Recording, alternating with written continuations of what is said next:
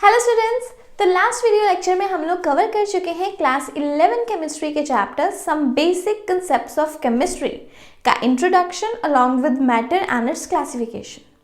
आज के वीडियो में हम लोग पढ़ने वाले हैं यूनिट्स के बारे में। किसके बारे में पढ़ने वाले हैं? यूनिट्स के बारे में। तो जल्दी से हेडिंग लगाइए कॉपी पर, यूनिट्स। तो हमें बात करना है यूनिट्स फॉर मेजरमेंट के बारे में।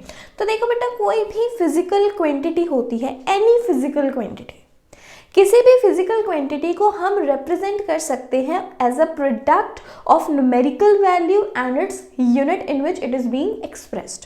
फॉर एग्जांपल, मान लो आप लोग मार्केट गए हैं, आपको सब्जी लाने जाना है, ठीक है।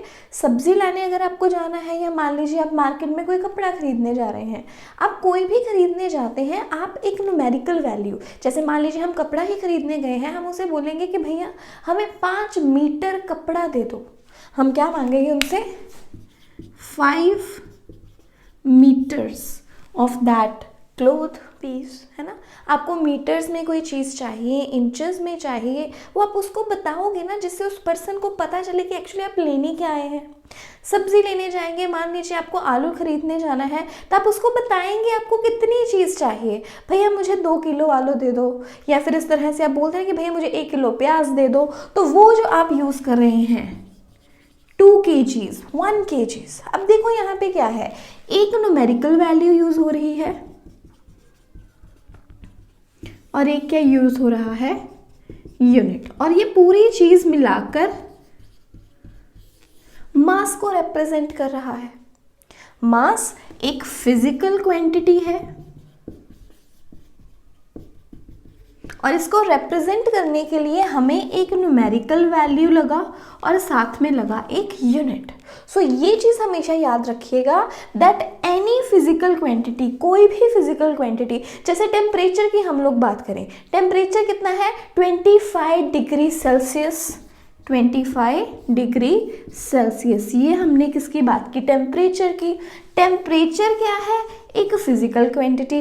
फिजिकल क्वांटिटी को रिप्रेजेंट करने के लिए क्या लग रही है? एक न्यूमेरिकल वैल्यू और साथ में उसका यूनिट। या फिर आप बताएंगे द टेम्परेचर इज 273 केल्विन्स। 273 क्या हो गया? Numerical value. केल्विन क्या हो गया? यूनिट। तो यही चीज़ है दैट मेजरमेंट के समय यूनिट्स, क्या यूनिट्स हम लोग वहाँ पे यूज़ करेंगे? यूनिट्स फिजिकल क्वांटिटी को रिप्रेजेंट करते हैं।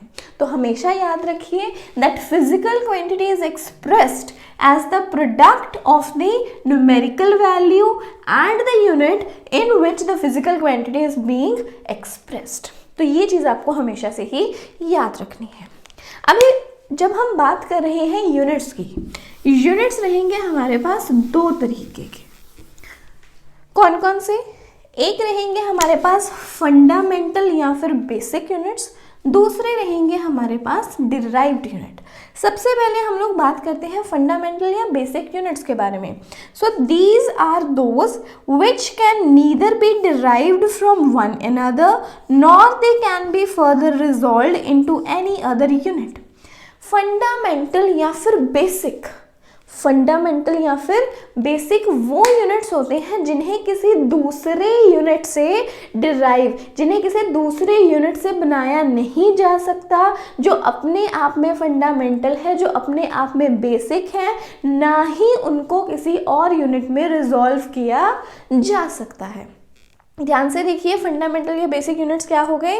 Those which can neither B derive from one another, जो कि एक दूसरे से डिराइव नहीं किए जा सकते हैं, nor they can be further resolve into any other unit, ना ही उनको किसी और यूनिट में रिजॉल्व किया जा सकता है। अब इसकी एग्जाम्पल्स आपके पास क्या होंगी? जो फंडामेंटल या बेसिक यूनिट्स हैं हमारे पास 7 तरह के रहते हैं। जैसे कि अभी हम लोग अगर बात करें फंडामेंटल यूनिट्स की, 7 फंडामेंटल यूनिट्स आर देयर। आपको ये चीज़ याद रखनी है, how many fundamental units are there? 7। कौन कौन से? नंबर 1 मास। मास हो गया, ना हम मास को किसी और से डिराइव कर सकते हैं, ना ही इसको रिजॉल्व कर सकते हैं, ये फंडामेंटल है। Length, time, temperature, current,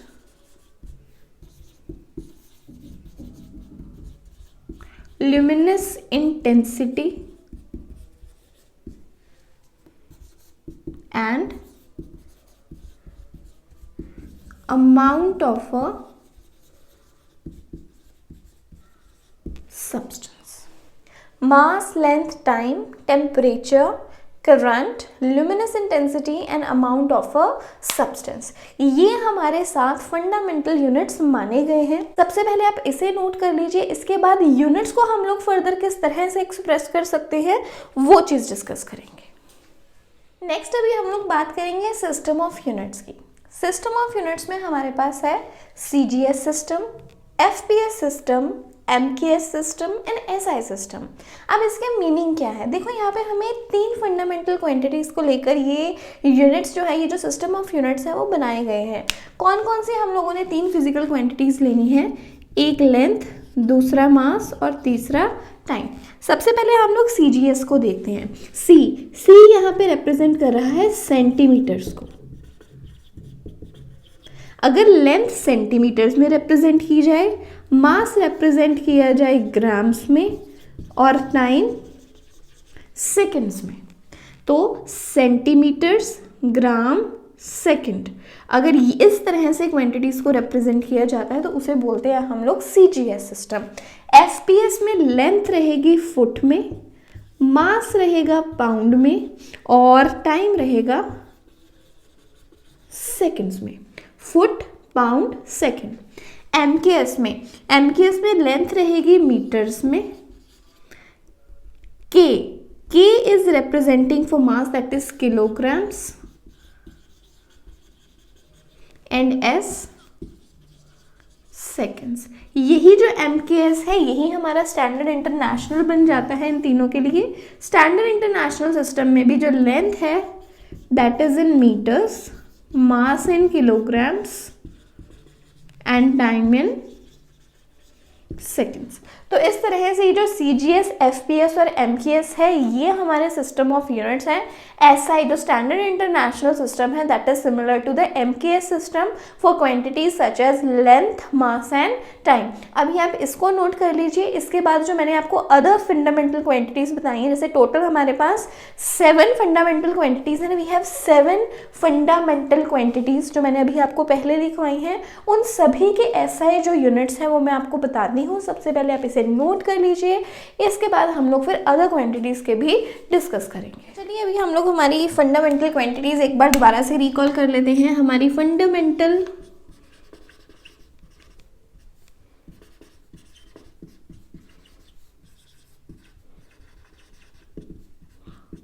quantities क्या है? Number 1 mass, length, time, temperature, electric current, luminous intensity,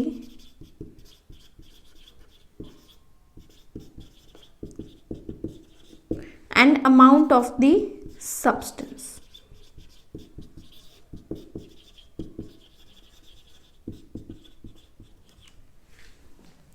अब देखिए जो मास है, मास के अगर हम लोग SI सिस्टम में यूनिट्स देखें, अभी हमने डिस्कस किया है मास के लिए रहते हैं kilograms represented at small k small g kgs. Length के लिए रहेंगे metres with small m. Time के लिए रहेंगे seconds that is small s. बच्चे बहुत गलती करते हैं सेकेंड्स को SEC लिखने की. ये चीज़ गलत है. सेकेंड्स का रिप्रेजेंटेशन SEC नहीं है, it is simply small s. Temperature के लिए रहेगा केल्विन्स. केल्विन में रहता है टेम्परेचर. केल्विन के लिए लगाएंगे हम कैपिटल K. इलेक्ट्रिक करंट के लिए रहेगा ampere. Ampere is capital A. Luminous intensity candela, that is capital C small d, amount of a substance is represented as mole, MOL। तो ये है हमारी फंडामेंटल क्वांटिटीज़। और फंडामेंटल क्वांटिटीज़ के लिए जो यूनिट्स हम लोग यूज़ करते हैं, इन्हीं यूनिट्स को कहा जाता है फंडामेंटल यूनिट्स। ये ऐसे यूनिट्स हैं हमारे पास जिन्हें ना तो हम लोग किसी और से डिराइव कर सकते हैं, ना ही इनको हम लोग किसी और यूनिट में ब्रेक कर सकते हैं। So these can neither be derived not be broken down into any other quantity. तो ये हैं हमारे fundamental quantities along with their units. अब बात आती है डिराइव्ड यूनिट्स की। डिराइव्ड यूनिट्स क्या हैं? जैसे फंडामेंटल क्वांटिटीज़ के यूनिट्स को हम लोग फंडामेंटल यूनिट्स बोलते हैं, इसी तरह से जो डिराइव्ड यूनिट्स हैं, डिराइव्ड यूनिट्स हम लोग उन यूनिट्स को बोलते हैं जो कि डिराइव्ड फिजिकल क्वांटिटीज़ के होते हैं। अब ये डिराइव्ड फिजिकल क्वांटिटीज़ क्या हैं वो मैं आपको बताती हूँ, लेकिन आप सबसे पहले वीडियो पॉज करके इस चीज़ को नोट कर लीजिए। तो चलिए, आपने नोट कर लिया है। अभी हम लोग बात करते हैं डिराइव्ड फिजिकल क्वांटिटीज की।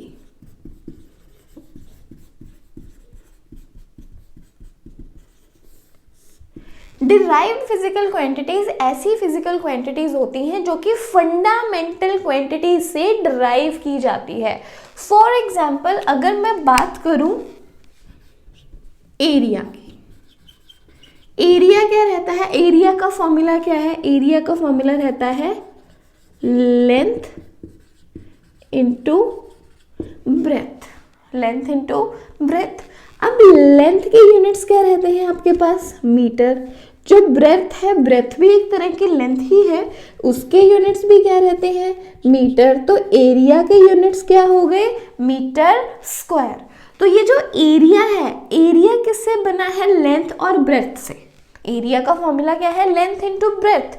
मतलब इसके ये जो फॉर्मूला है, ये जो हमारी फिजिकल क्वांटिटी है एरिया, ये बेसिक या फंडामेंटल क्वांटिटी से बनी है और इसके यूनिट्स भी फर्दर इन्हीं क्वांटिटीज़ के यूनिट से बन रहे हैं।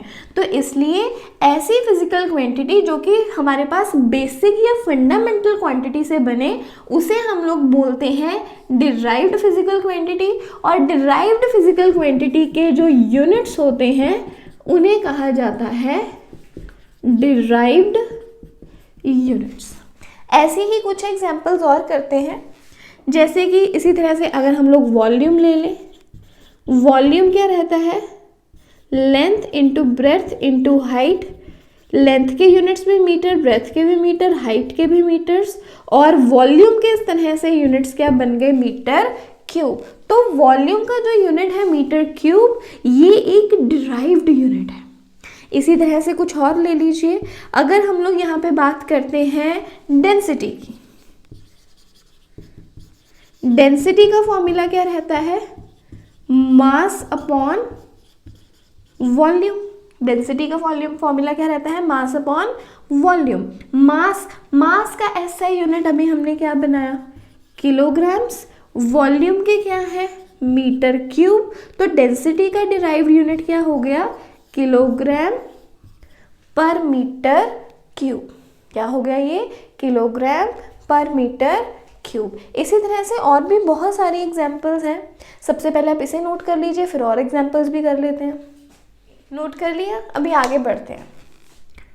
तो चलिए, अभी हम लोग बात करते हैं वेलोसिटी। वेलोसिटी का फॉर्मूला क्या रहता है? Velocity is displacement upon time. Displace होना मीन्स किसी एक पॉइंट से किसी दूसरे पॉइंट तक जाना। एक पॉइंट से अगर हम लोग दूसरे पॉइंट तक जा रहे हैं तो ये तो एक तरह की लेंथ हो गई, लेंथ ही हो गई एक जगह से दूसरे जगह तक जाना। तो displacement is a kind of length जो कि मीटर्स में रहेगी, और टाइम के लिए क्या आ गया? सेकंड। तो वेलोसिटी के डिराइव्ड यूनिट्स क्या बन गए? मीटर पर सेकंड। जैसे भी आपको याद आ रहा होगा कि कभी भी हम लोग वेलोसिटी लिखते हैं तो उसके पीछे मीटर पर सेकंड लगाते हैं ना, तो वो जो मीटर पर सेकंड है वो उसका डिराइव्ड यूनिट है। इसी तरह से आप एक्सेलरेशन बना लीजिए। एक्सेलरेशन का फॉर्मूला क्या रहता है, change in velocity per unit time. अभी वेलोसिटी का हमारे पास क्या आ गया, metre per second, metre per second को ms पावर -1 पर सेकेंड है ना, तो मतलब कि s की पावर क्या हो गई -1, ये लिख सकते हैं। टाइम के लिए क्या आ गया, सेकेंड, तो क्या बन गया s पावर -1, ये 1 ऊपर जाके ये भी क्या बन गया -1, ये बन गया ms power -2 which means metre per second square. ये किसके यूनिट्स हो गए, एक्सेलरेशन के। तो ये हैं हमारे डिराइव्ड यूनिट्स, मतलब जो कि फंडामेंटल यूनिट्स से बन रहे हैं।